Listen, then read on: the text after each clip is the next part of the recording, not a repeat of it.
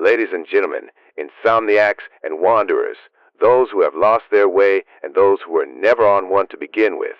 Welcome back to the Noir and Horror Power Hour. This is Silas, the deranged Garaynj, your faithful host, broadcasting from somewhere beneath the sand, beneath the stone, beneath the memory of anything that ever called itself civilization. Tonight, we venture into the desert. Not the desert you know from postcards and adventure serials. Not the romantic dunes of Valentino and Foreign Legion matinees.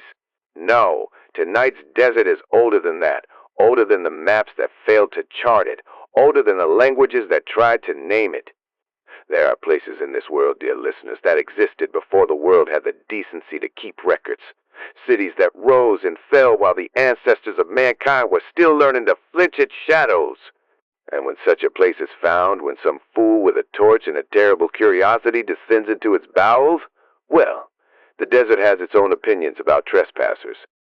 This tale was written in 1921 by Howard Phillips Lovecraft, a man who understood that the most terrifying thing in the universe is not what hunts you, but what was here long before you arrive and will remain long after you are forgotten.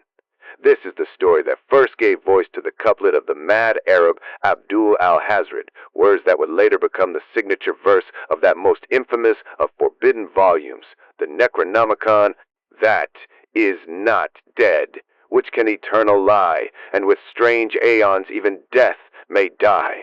Remember those words. You will hear them again before the night is through.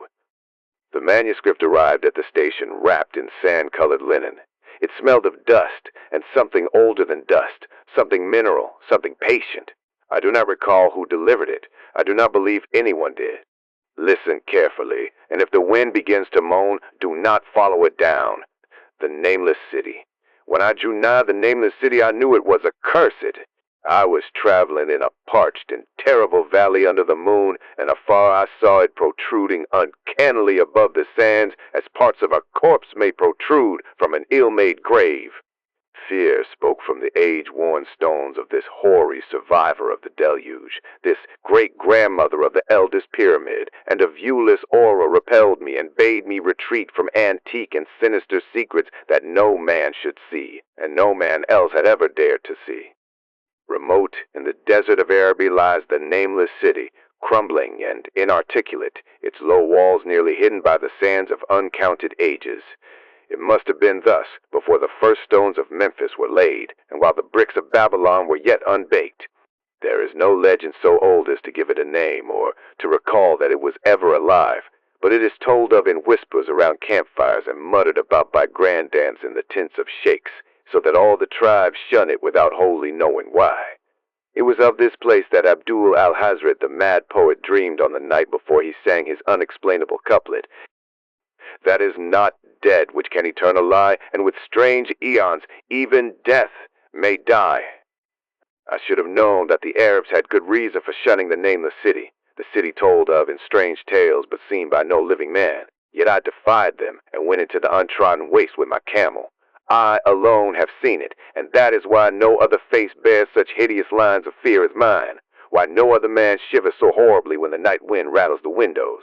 When I came upon it in the ghastly stillness of unending sleep, it looked at me, chilly from the rays of a cold moon amidst the desert's heat. And as I returned its look, I forgot my triumph at finding it, and stopped still with my camel to wait for the dawn. For hours I waited, till the east grew gray, and the stars faded, and the gray turned to rosier light edged with gold. I heard him moaning and saw a storm of sand stirring among the antique stones, though the sky was clear, and the vast reaches of the desert still. Then suddenly, above the desert's far rim came the blazing edge of the sun, seen through the tiny sandstorm which was passing away, and in my fevered state I fancied that from some remote depth there came a crash of musical metal to hail the fiery disk as Memnon hails it from the banks of the Nile. My ears rang, and my imagination seethed as I led my camel slowly across the sand to that unvocal stone place, that place too old for Egypt and Miro to remember, that place which I alone of living men had seen. In and out amongst the shapeless foundations of houses and palaces, I wandered, finding never a carving or inscription to tell of those men, if men they were, who built the city and dwelt therein so long ago.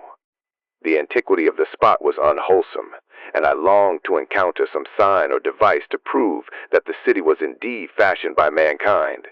There were certain proportions and dimensions in the ruins which I did not like. I had with me many tools and dug much within the walls of the obliterated edifices, but progress was slow and nothing significant was revealed. When night and the moon returned, I felt a chill wind which brought new fear, so that I did not dare to remain in the city. And as I went outside the antique walls to sleep, a small sighing sandstorm gathered behind me, blowing over the gray stones, though the moon was bright and most of the desert still. I awake just at dawn from a pageant of horrible dreams, my ears ringing as from some metallic peal. I saw the sun peering redly through the last gusts of a little sandstorm that hovered over the nameless city and marked the quietness of the rest of the landscape. Once more I ventured within those brooding ruins that swelled beneath the sand like an ogre under a coverlet, and again dug vainly for relics of the forgotten race. At noon I rested, and in the afternoon I spent much time tracing the walls and the bygone streets and the outlines of the nearly vanished buildings. I saw that the city had been mighty indeed, and wondered at the sources of its greatness. To myself I pictured all the splendors of an age so distant that Chaldea could not recall it, and thought of Sarnath the Doomed, that stood in the land of Mennar when mankind was young, and of Ib, that was carven of gray stone before mankind existed. All at once I came upon a place where the bedrock rose stark through the sand and formed a low cliff, and here I saw with joy what seemed to promise further traces of the antediluvian people. Hewn rudely on the face of the cliff were the unmistakable facades of several small squat rock houses or temples, whose interiors might preserve many secrets of ages too remote for calculation, though sandstorms had long since effaced any carvings which may have been outside. Very low and sand-choked were all of the dark apertures near me, but I cleared one with my spade and crawled through it, carrying a torch to reveal whatever mysteries it might hold. When I was inside, I saw that the cavern was indeed a temple, and beheld plain signs of the race that had lived and worshipped before the desert. Primitive altars, pillars, and niches, all curiously low, were not absent, and though I saw no sculptures nor frescoes, there were many singular stones clearly shaped into symbols by artificial means. The lowness of the chiseled chamber was very strange, for I could hardly more than kneel upright, but the area was so great that my torch shewed only part at a time. I shuddered oddly in some of the far corners, for certain altars and stones suggested forgotten rites of terrible, revolting, and inexplicable nature, and made me wonder what manner of men could have made and frequented such a temple. When I had seen all that the place contained, I crawled out again, avid to find what the other temples might yield. Night had now approached, yet the tangible things I had seen made curiosity stronger than fear, so that I did not flee from the long moon-cast shadows that had daunted me when first I saw the nameless city. In the twilight I cleared another aperture and with a new torch crawled into it, finding more vague stones and symbols, though nothing more definite than the other temple had contained. The room was just as low but much less broad, ending in a very narrow passage crowded with obscure and cryptical shrines. About these shrines I was prying when the noise of a wind and of my camel outside broke through the stillness and drew me forth to see what could have frightened the beast. The moon was gleaming vividly over the primeval ruins, lighting a dense cloud of sand that seemed blown by a strong but decreasing wind from some point along the cliff ahead of me. I knew it was this chilly, sandy wind which had disturbed the camel and was about to lead him to a place of better shelter when I chanced to glance up and saw that there was no wind atop the cliff. This astonished me and made me fearful again, but I immediately recalled the sudden local winds I had seen and heard before at sunrise and sunset and judged it was a normal thing. I decided that it came from some rock fissure leading to a cave and watched the troubled sand to trace it to its source, soon perceiving that it came from the black orifice of a temple a long distance south of me, almost out of sight. Against the choking sand cloud I plodded toward this temple, which, as I neared it, loomed larger than the rest, and shewed a doorway far less clogged with caked sand. I would have entered had not the terrific force of the icy wind almost quenched my torch.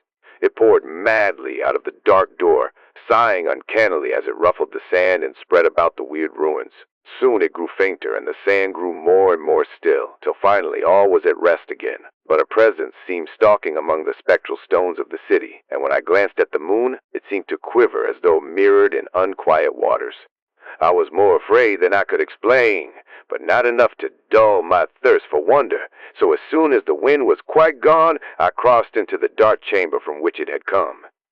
This temple, as I had fancied from the outside, was larger than either of those I had visited before, and was presumably a natural cavern, since it bore winds from some region beyond. Here I could stand quite upright, but saw that the stones and altars were as low as those in the other temples. On the walls and roof I beheld for the first time some traces of the pictorial art of the ancient race, curious curling streaks of paint that had almost faded or crumbled away, and on two of the altars I saw with rising excitement a maze of well-fashioned curvilinear carvings. As I held my torch aloft, it seemed to me that the shape of the roof was too regular to be natural, and I wondered what the prehistoric cutters of stone had first worked upon. Their engineering skill must have been vast. Then a brighter flare of the fantastic flame shewed me that for which I had been seeking, the opening to those remoter abysses whence the sudden wind had blown, and I grew faint when I saw that it was a small and plainly artificial door chiseled in the solid rock. I thrust my torch within, beholding a black tunnel with the roof arching low over a rough flight of very small, numerous, and steeply descending steps. I shall always see those steps in my dreams, for I came to learn what they meant. At the time, I hardly knew whether to call them steps or mere footholds in a precipitous descent. My mind was whirling with mad thoughts, and the words and warnings of Arab prophets seemed to float across the desert from the lands that men know to the nameless city that men dare not know. Yet I hesitated only a moment before advancing through the portal and commencing to climb cautiously down the steep passage, feet first, as though on a ladder. It is only in the terrible phantasms of drugs or delirium that any other man can have had such a descent as mine. The narrow passage led infinitely down like some hideous haunted well, and the torch I held above my head could not light the unknown depths toward which I was crawling. I lost track of the hours and forgot to consult my watch, though I was frightened when I thought of the distance I must be traversing. There were changes of direction and of steepness, and once I came to a long, low, level passage where I had to wriggle feet first along the rocky floor, holding my torch at arm's length beyond my head. The place was not high enough for kneeling. After that were more of the steep steps, and I was still scrambling down interminably when my failing torch died out. I do not think I noticed it at the time, for when I did notice it, I was still holding it high above me as if it were ablaze. I was quite unbalanced with that instinct for the strange and the unknown which has made me a wanderer upon earth and a haunter of far, ancient, and forbidden places.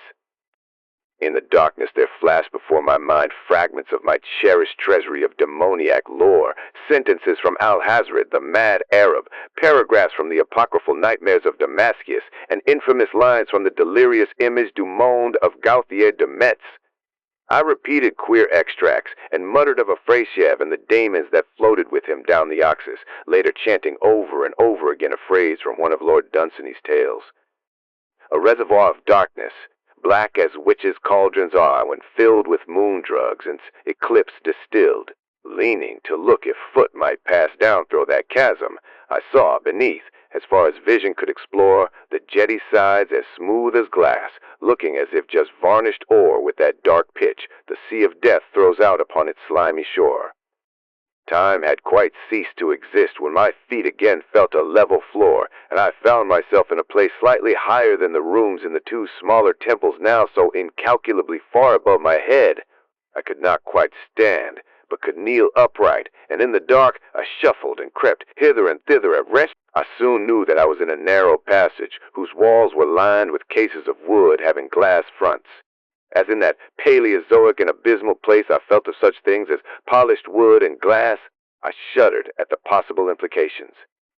The cases were apparently ranged along each side of the passage at regular intervals, and were oblong and horizontal, hideously like coffins in shape and size. When I tried to move two or three for further examination, I found they were firmly fastened.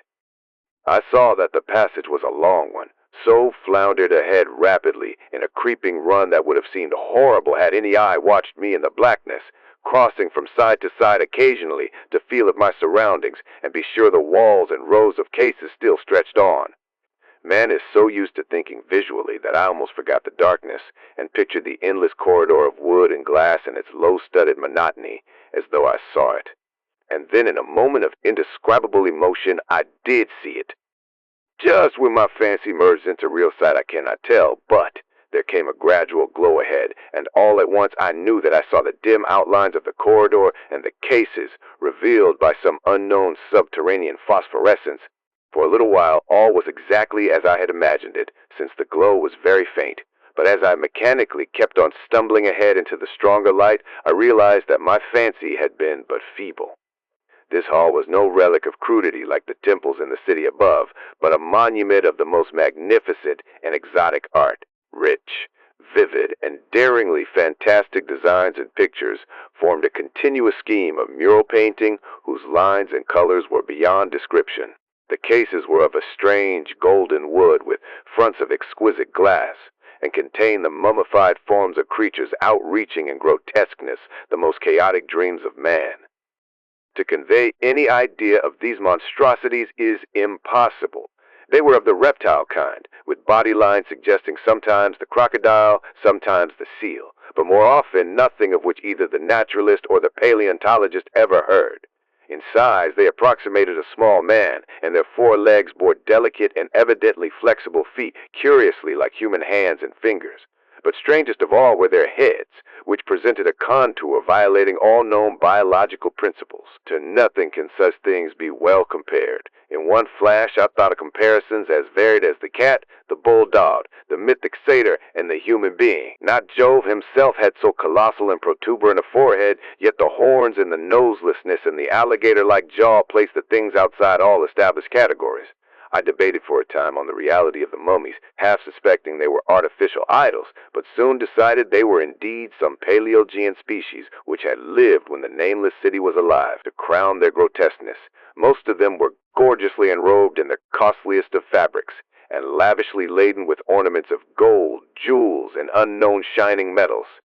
The importance of these crawling creatures must have been vast, for they held first place among the wild designs on the frescoed walls and ceiling.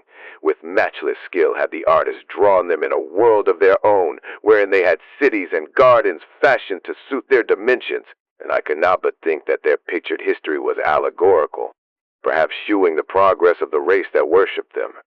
These creatures, I said to myself, were to the men of the Nameless city what the she-wolf was to Rome, or some totem beast is to a tribe of Indians. Holding this view, I thought I could trace roughly a wonderful epic of the Nameless city, the tale of a mighty sea-coast metropolis that ruled the world before Africa rose out of the waves, and of its struggles as the sea shrank away, and the desert crept into the fertile valley that held it. I saw its wars and triumphs, its troubles and defeats, and afterward, its terrible fight against the desert when thousands of its people, here represented in allegory by the grotesque reptiles, were driven to chisel their way down through the rocks in some marvelous manner to another world whereof their prophets had told them. It was all vividly weird and realistic, and its connection with the awesome descent I had made was unmistakable. I even recognized the passages. As I crept along the corridor toward the brighter light, I saw later stages of the painted epic, the leave-taking of the race that had dwelt in the Nameless city and the valley around for 10 million years. The race whose souls shrank from quitting scenes their bodies had known so long, where they had settled as nomads in the earth's youth, hewing in the virgin rock those primal shrines at which they never ceased to worship. Now that the light was better, I studied the pictures more closely, and, remembering that the strange reptiles must represent the unknown men, pondered upon the customs of the Nameless city. Many things were peculiar and inexplicable. Still nearer the end of the passage were painted scenes of the utmost picturesqueness and extravagance, contrasted views of the Nameless city in its desertion and growing ruin, and of the strange new realm or paradise to which the race had hewed its way through the stone. In these views, the city and the desert valley were shewn always by moonlight, a golden nimbus hovering over the fallen walls and half revealing the splendid perfection of former times, shewn spectrally and elusively by the artist. The paradisal scenes were almost too extravagant to be believed, portraying a hidden world of eternal day, filled with glorious cities and ethereal hills and valleys. At the very last, I thought I saw signs of an artistic anticlimax. The paintings were less skillful and much more bizarre than even the wildest of the earlier scenes. They seemed to record a slow decadence of the ancient stock, coupled with a growing ferocity toward the outside world from which it was driven by the desert. The forms of the people, always represented by the sacred reptiles, appeared to be gradually wasting away, though their spirit as shewn hovering about the ruins by moonlight gained in proportion. Emaciated priests, displayed as reptiles in ornate robes, cursed the upper air and all who breathed it. And one terrible final scene shewed a primitive-looking man, perhaps a pioneer of ancient Iram, the city of pillars, torn to pieces by members of the elder race. I remembered how the Arabs fear the Nameless city, and was glad that beyond this place the gray walls and ceiling were bare.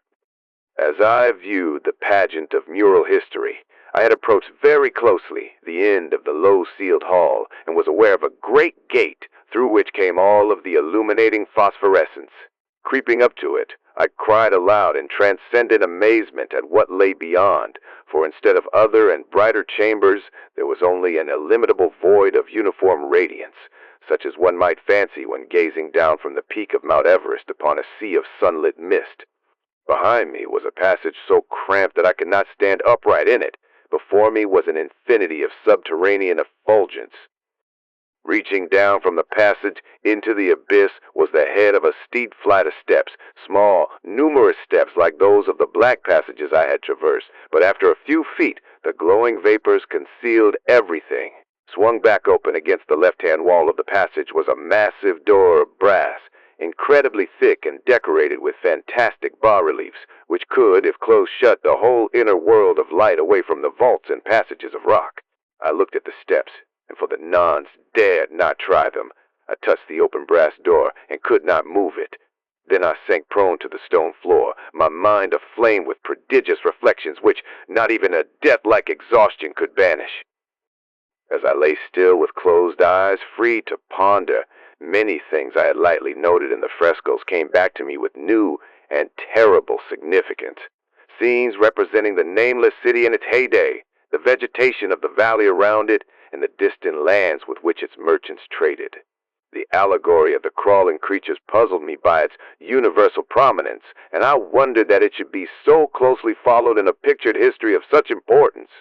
In the frescoes, the Nameless city had been shown in proportions fitted to the reptiles. I wondered what its real proportions and magnificence had been, and reflected a moment on certain oddities I had noticed in the ruins. I thought curiously of the lowness of the primal temples and of the underground corridor, which were doubtless hewn thus out of deference to the reptile deities there honored, though it perforce reduced the worshippers to crawling. Perhaps the very rites had involved a crawling in imitation of the creatures. No religious theory, however, could easily explain why the level passage in that awesome descent should be as low as the temples, or lower, since one could not even kneel in it. As I thought of the crawling creatures, whose hideous mummified forms were so close to me, I felt a new throb of fear. Mental associations are curious, and I shrank from the idea that, except for the poor primitive man torn to pieces in the last painting, mine was the only human form amidst the many relics and symbols of primordial life. But, as always, in my strange and roving existence, wonder soon drove out fear. For the luminous abyss and what it might contain presented a problem worthy of the greatest explorer. That a weird world of mystery lay far down that flight of peculiarly small steps I could not doubt, and I hoped to find there those human memorials which the painted corridor had failed to give. The frescoes had pictured unbelievable cities, hills, and valleys in this lower realm, and my fancy dwelt on the rich and colossal ruins that awaited me. My fears, indeed, concerned the past rather than the future. Not even the physical horror of my position in that cramped corridor of dead reptiles and antediluvian frescoes miles below the world. I knew it, faced by another world of eerie light and mist, could match the lethal dread I felt at the abysmal antiquity of the scene and its soul. An ancientness so vast that measurement is feeble seemed to leer down from the primal stones and rock-hewn temples in the Nameless city, while the very latest of the astounding maps in the frescoes shewed oceans and continents that man has forgotten, with only here and there some vaguely familiar outline. of what could have happened in the geological aeons, since the painting ceased and the death-hating race resentfully succumbed to decay, no man might say. Life had once teemed in these caverns, and in the luminous realm beyond. Now I was alone with vivid relics, and I trembled to think of the countless ages through which these relics had kept a silent and deserted vigil. Suddenly there came another burst of that acute fear which had intermittently seized me ever since I first saw the terrible valley and the nameless city under a cold moon, and despite my exhaustion, I found myself starting frantically to a sitting posture and gazing back along the black corridor toward the tunnels that rose to the outer world. My sensations were much like those which had made me shun the nameless city at night, and were as inexplicable as they were poignant. In another moment, however, I received a still greater shock in the form of a definite sound, the first which had broken the utter silence of these tomb-like depths. It was a deep, low moaning, as of a distant throng of condemned spirits, and came from the direction in which I was staring. Its volume rapidly grew, till soon it reverberated frightfully through the low passage, and at the same time I became conscious of an increasing draft of cold air, likewise flowing from the tunnels and the city above. The touch of this air seemed to restore my balance, for I instantly recalled the sudden gusts which had risen around the mouth of the abyss each sunset and sunrise, one of which had indeed served to reveal the hidden tunnels to me. I looked at my watch and saw that sunrise was near, so braced myself to resist the gale which was sweeping down to its cavern home as it had swept forth at evening. My fear again waned low, since the natural phenomenon tends to dispel broodings over the unknown. More and more madly poured the shrieking, moaning night wind into that gulf of the inner earth. I dropped prone again and clutched vainly at the floor for fear of being swept bodily through the open gate into the phosphorescent abyss. Such fury I had not expected, and as I grew aware of an actual slipping of my form toward the abyss, I was beset by 1,000 new terrors of apprehension and imagination. The malignancy of the blast awakened incredible fancies. Once more I compared myself shudderingly to the only other human image in that frightful corridor, the man who was torn to pieces by the nameless race, for in the fiendish clawing of the swirling currents there seemed to abide a vindictive rage, all the stronger because it was largely impotent. I think I screamed frantically near the last. I was almost mad, but if I did so, my cries were lost in the hell-born babble of the howling wind wraiths. I tried to crawl against the murderous invisible torrent, but I could not even hold my own as I was pushed slowly and inexorably toward the unknown world.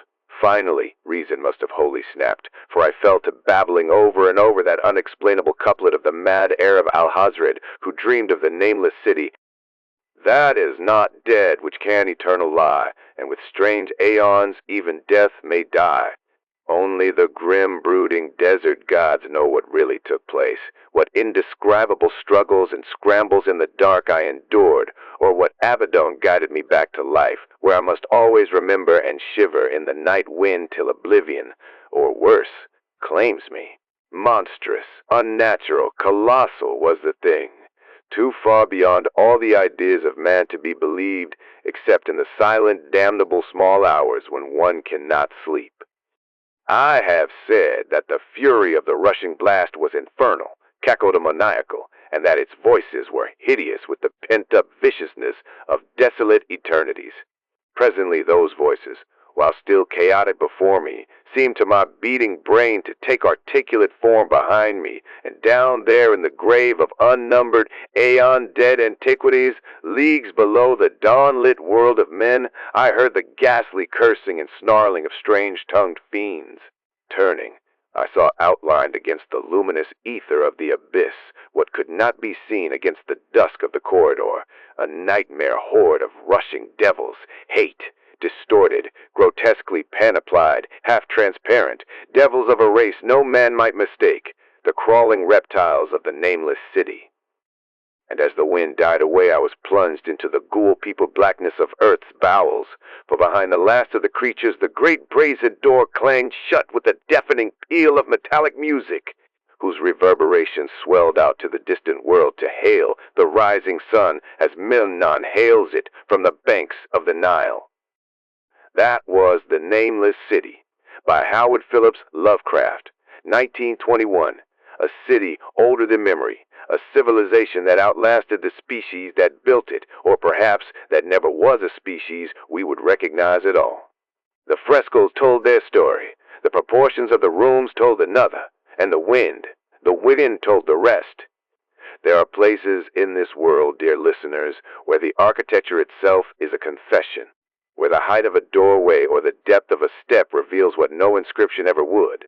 The nameless city did not need a name. It needed only to be found, and to be found was enough. And now, a word from our benefactors. The benefactors did not approach us. The benefactors were excavated. The contract was found beneath 14 feet of sand in a clay jar sealed with a symbol that predates the alphabet. The terms were written in a language that has no vowels and was old when Egypt was young. The goblins translated it. The goblins wish they hadn't. How old is old? 100 years? 1,000? We throw around numbers like that as though they mean something, as though a human mind can hold 1,000 years without cracking. It can't. 1,000 years is a polite fiction. The truth of deep time, real time, geological time, the time that existed before anything, with a spine crawled out of the water, that truth doesn't fit inside a human skull. It's too heavy, too wide, too indifferent to us. Unless, of course, you have the right candy. Grandfather Gorham's sand drops. They're shaped like hourglasses. Tiny, precise, the color of desert sandstone, that warm amber that looks like honey in the right light and like bone in the wrong light. The goblins make them from sugar and something they gather from a particular stretch of desert that no expedition has successfully mapped. The expeditions go in. Some come back. The ones that come back don't talk about the sand. They talk about the city. Then they stop talking entirely. Place a sand drop on your tongue. The taste is dry, impossibly dry for a candy. Dry the way a desert wind is dry. Dry the way stone is dry after 10,000 years without rain. Your mouth will water to compensate, and the candy will drink that too. It is very thirsty. It has been thirsty for a very long time. As it dissolves, you will feel the time. Not see it, not understand it. Feel it in your bones, in the architecture of your cells. A heaviness that has nothing to do with weight and everything to do with duration. You will feel for a moment what it is like to have existed for an aeon. Not lived. Existed. The difference is important. Living implies change. Existing implies endurance. The sand drop teaches you what it means to endure past the point where endurance has any purpose. The world will look different afterward. Younger. Embarrassingly young. Your house, your street, your city, all of it freshly built, practically still wet. You'll look at a mountain and think recent. You look at a river and think temporary. You look at yourself in the mirror and understand for one vertiginous moment that you are a sketch, a rough draft, a thing that will be erased and drawn again 10,000 times before anything permanent finally emerges. Some customers weep after a sand drop, not from sadness, from scale. The human heart was not designed to hold that much perspective. One customer, an archaeologist, appropriately enough, ate 3 sand drops in succession and then sat on the floor of Gorham's shop and stared at the wall for 4 hours. When the goblins asked if she was all right, she said she'd just watched a civilization rise and fall behind her eyes. Not a human civilization. Something older. Something with different hands. Something that built a city so deep and so deliberate that it made everything humans have ever constructed look like a child stacking blocks in the mud. She asked for a 4th candy. The goblins refused. They said 4 sand drops would take her past the point where her own species felt real. They said she'd start looking at people the way geologists look at topsoil, as a temporary layer, a dusting, something the wind would take care of in time. Grandfather Gorham's sand drops, for when you need to feel how old the world really is and how new you are in it. Available at Grandfather Gorham's Grotesque Confections, corner of Wither and Main. The goblins keep them in a stone jar behind the counter. The jar is older than the shop. The jar is older than the street. The goblins don't know how old the jar is. They tried counting once and gave up after the number stopped fitting in their heads. This has been a word from our benefactors. We return you now to the static between stations, where the sand is shifting. You know, I've always had a fondness for ruins. Not the pretty kind, the tourist kind with plaques and guided tours. I mean the real kind, the ones no one visits, the ones half buried in sand at the bottom of a valley that the maps forgot. The ones that were built by something that didn't need doors the same shape we do. Those ruins have a quality to them, a patience. They've been waiting for someone to come along and understand what they were. They're still waiting. They'll keep waiting. They're very good at it. But I've said too much. Or perhaps the sand has said it for me. With deserts, it's always the silence that does the talking. This has been Silas, the Deranged, Garaynj, signing off from the flicker between timelines. The only signal that doesn't blink when the darkness looks back. Sleep well, dear listeners. And if you dream of a city tonight, a low city, a sunken city, a city built for things that crawl, don't go inside. Or if you do, don't count the years on the walls. Some numbers are too large to carry home. They follow you anyway. Ray.